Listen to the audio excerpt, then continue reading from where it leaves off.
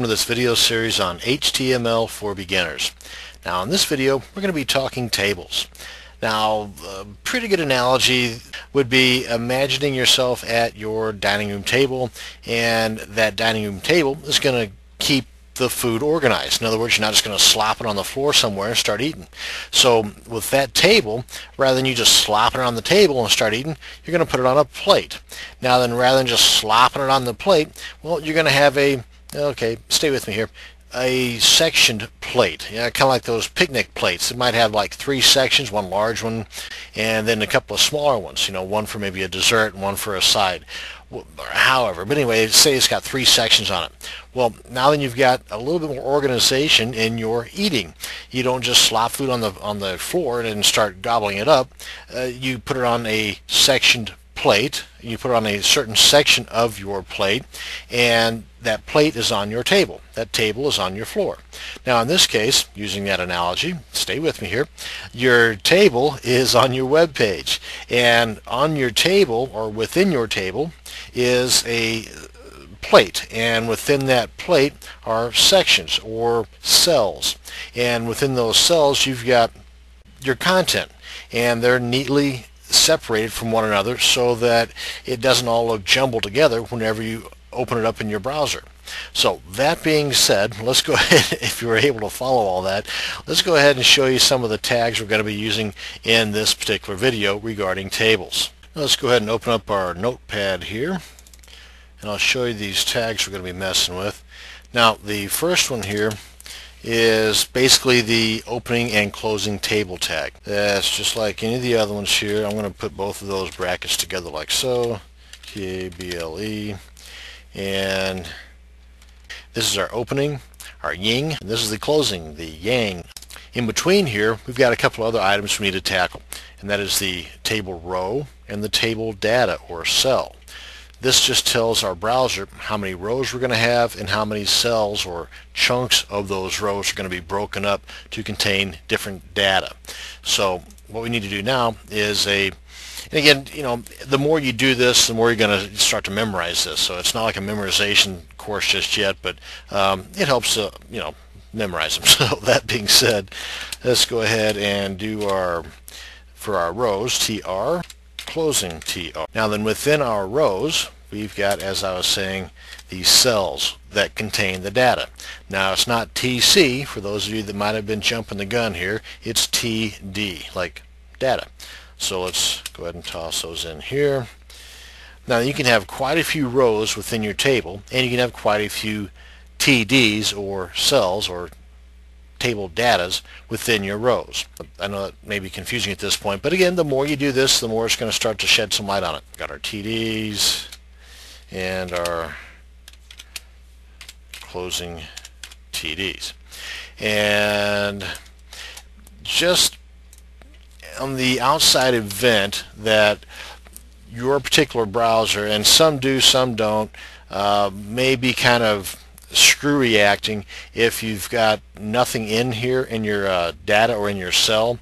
What they like to have in there a lot of times, what I mean by they is I'm talking about the browsers, is the non-breaking space. Yeah, that's it, the NBSP thingy. So let's go ahead and toss those in there, at least one of them anyway, and that's the ampersand, which is located just above the 7 number key on the top of your keyboard. This guy right here.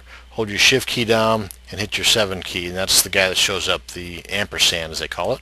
And it's NBSP, non-breaking space. I'm guessing that's what all that means. Anyway, so that makes it look a little bit better, so you don't have to worry about your browser getting all screwy looking. Now then, we can do, like I said, as many of these cells or data containers as we want within those rows,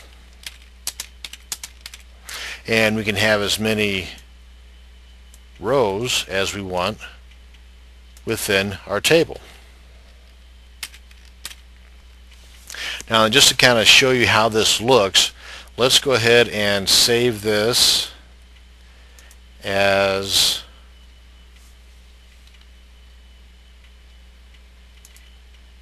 Let me put this in my desktop, my HTML stuff.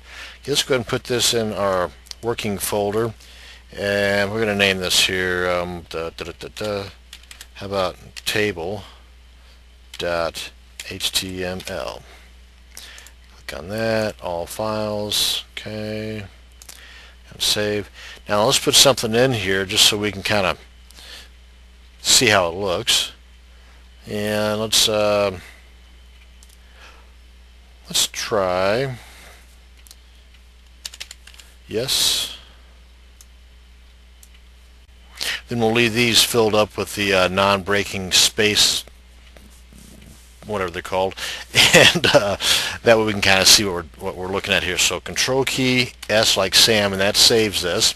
Now let's open this up in our browser and see what it looks like.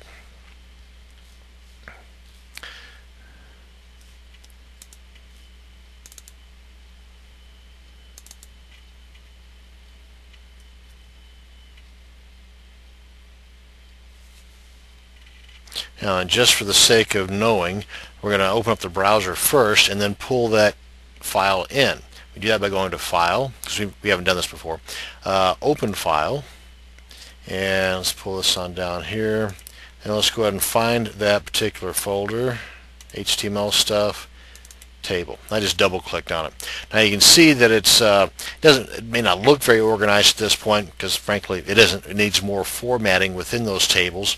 But yes, this is my, and you see how it's going from left to right, just as we kind of read, very first web page, rather than as it shows it here, up and down. Well, that's just the way that we need to add formatting to make it look this way, or any other way we want. And that's what we're going to do now, is toss in some formatting. And I want to go ahead and center this right up here, our center tag. Oops, just like the other ones, we need those angle brackets in there. S, that's a C, folks. E-N-T-E-R, sorry. And then at the bottom on the other end of our table, we want the closing center tag.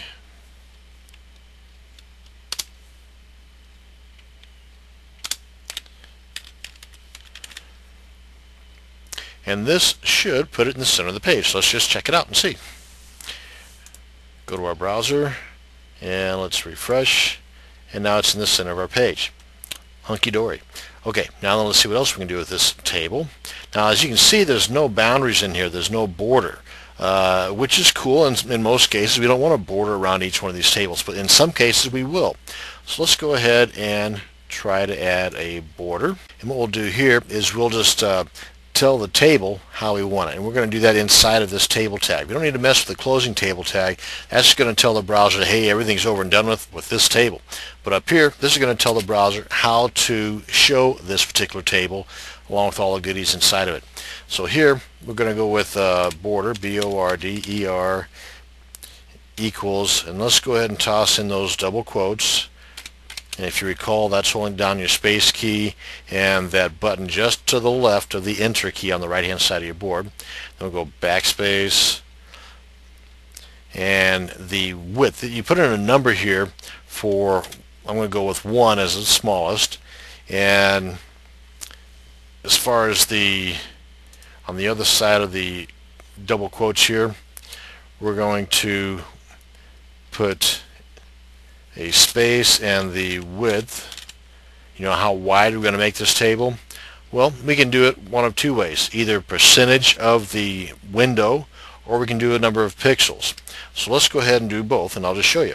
We put an equal sign and then those double quotes again. We're going to go 100%, and the percent sign is just above the number 5 key, and then the closing of the double quotes. And let's go ahead and save this and see what it looks like. And let's refresh, and there we go.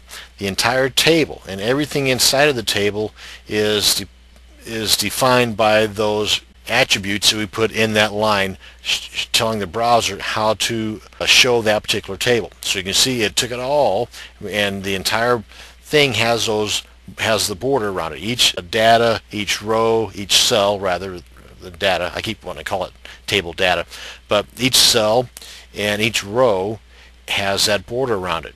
Now, of course, we can change this by getting rid of the borders on the inside here and just have the outer border as well, but that's getting a little more into the advanced HTML, and hey, I gotta have another video series for that too. So for the time being, this is how you can add a border. Now, it goes the entire